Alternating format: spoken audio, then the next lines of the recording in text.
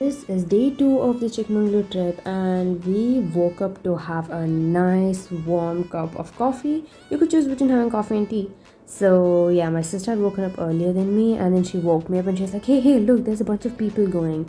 And we saw that those were the coffee pluckers, and they were going out right in the morning to pluck coffee because there was like a really huge coffee estate right next to us. So we actually woke up a little late compared to our other people that came with us on the trip. So we were like, why not just go and look around the coffee estate? Because even they had done the same. So we went around, and actually it was such a wholesome trek. Like, this was actually completely unexpected because we didn't know we would be close to a coffee estate, let alone go and look around. And yeah, look what we did to this poor fruit. Hey, the rock broke. Bye, pal. Give up. Oh, okay, it opened. It opened, guys. It's something squiggly inside. See? I guess it's like unripe watermelon. Do clear it. Wait. Pull it. Wait. Mine's not clear. Ooh, brother, what's that? Come on, Jim. Hey, it's cucumber. Oh.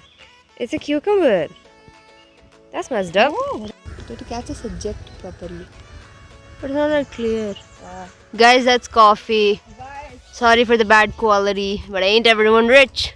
After brutally finding out that it was all along a poor little cucumber, we went to continue our trek, and we found a lot of coffee bean seeds.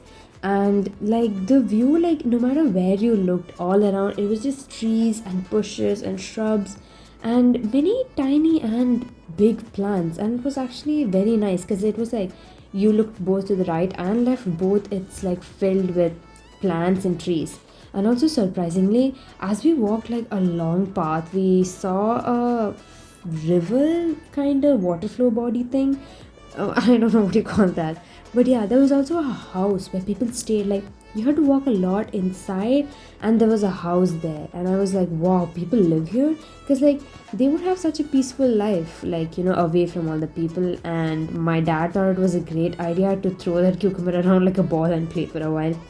And yeah, we just kept walking and walking until we found no end, because we thought it would be a short, you know, path, but then it leads a really long way, and we had to like stop because like it wasn't ending. We would just randomly pick up these random leaves which we thought looked pretty, and I found the stairs to literally nowhere. I don't even know where they were heading to, but my sister was like, go take a walk, it's very aesthetic, it'll be good for the videos. So I'm like, okay, fine, then I'll just go down, take a walk. I mean, what's the harm? Got some good pictures too. So yeah, and then we just kept walking. Like, this whole video is just gonna be of us walking around, because like it's really pretty, like how, you know, coffee beans come from the plants, and how, you know, the entire process itself amazed us. Like, there was a like right next to our place where we were staying in the resort, there was the manager. He was like removing the coffee seeds and cleaning the coffee, and I genuinely didn't know that you would do that. And my mom said this plant looked like it had hair, so she made us take a video of that. And while we were walking on the way, we found a hunter, and he's like he takes care. Okay, so what happens is when there's a lot of coffee plantations, this is the hunter. When there's like a lot of coffee plantations, there's also going to be monkeys all around. So like what these monkeys do is that they eat the coffee plantations, they destroy the plants as you go. So you have to keep a hunter so that, you know, he shoots in the distance and the sound scares the monkeys away so that they don't have it. And yeah, these are the coffee seeds, and mom's had to look at them. She was also talking about different plants and all that, and I was pretty amazed of the knowledge she had. Hallelujah. What is this? Communist. Bruh, you need help. And we finally stopped at a place where there was a small temple. I wouldn't say a temple, but a kind of place that had wisdom over there. Because like, I don't remember who the person was, but I guess it was a sage or someone. And there were a few quotes and thoughts said by him where he was talking about the meaning of life, and like how life would have no meaning for a person who doesn't do good to others and all that. We headed back.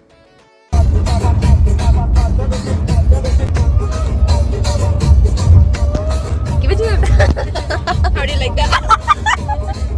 After that very chaotic yet vibey car ride, I decided to proceed to a hall. So we come right into the house, and I had actually gotten these parcels right in the morning, but you can know content is important, so I decided to wait until we came back because I want to be dressed too and I want to look good for the video. I always do that, no matter how many parcels I get, at what time. I unbox it right before I go to office or right before I go out or I come out and all that. So yeah, I just multitask like that, guys. That's how I roll. After that, I got these slippers. These are traditionals. I did not have a shoes or footwear for traditional wear. I used to literally wear like usual like flip flops or slippers with it, which was like cringe. So I finally got these. After that, I got this choker necklace, which is imitation jewelry. It's amazing, guys. Like, I don't have anything to say. I did not expect much, but when it came, I just loved it. I am also going to be wearing it. Oh, listen to this.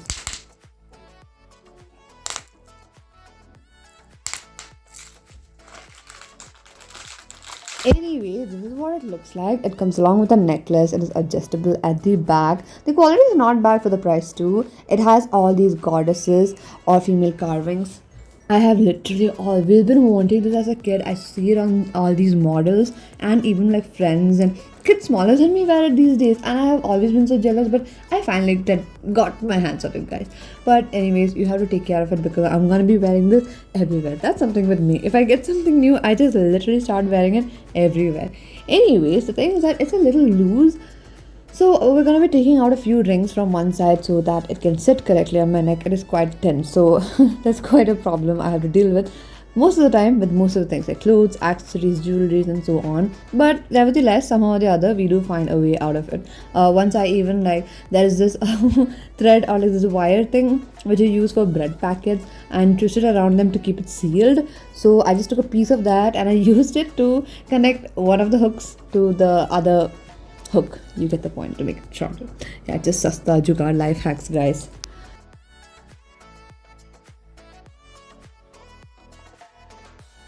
After my sister's haul, there was this stalls that was there in our apartment. I'm not quite sure why this was there, but like there's always stalls around our apartment, so we just go and have the fun. And there was some special thing over here where like they would give you freebies if you won them. Like in one you had to like toss a ring. Here if you just had to write your name, you would get it, your name, number and all that. And here if you would have tossed the ring onto those tiny little miniature versions of those products, if you throw it on them and the ring like actually properly lands on it, then you're gonna get one of those stuffs. And it was actually pretty fun, and come on, it's free, so like who wouldn't go for it? And there was a lot of other free stuffs too, like toothbrushes and all that. They also made fresh chapatis for you to have. So that's a wholesome day. See you in our next video. Subscribe for more content like these.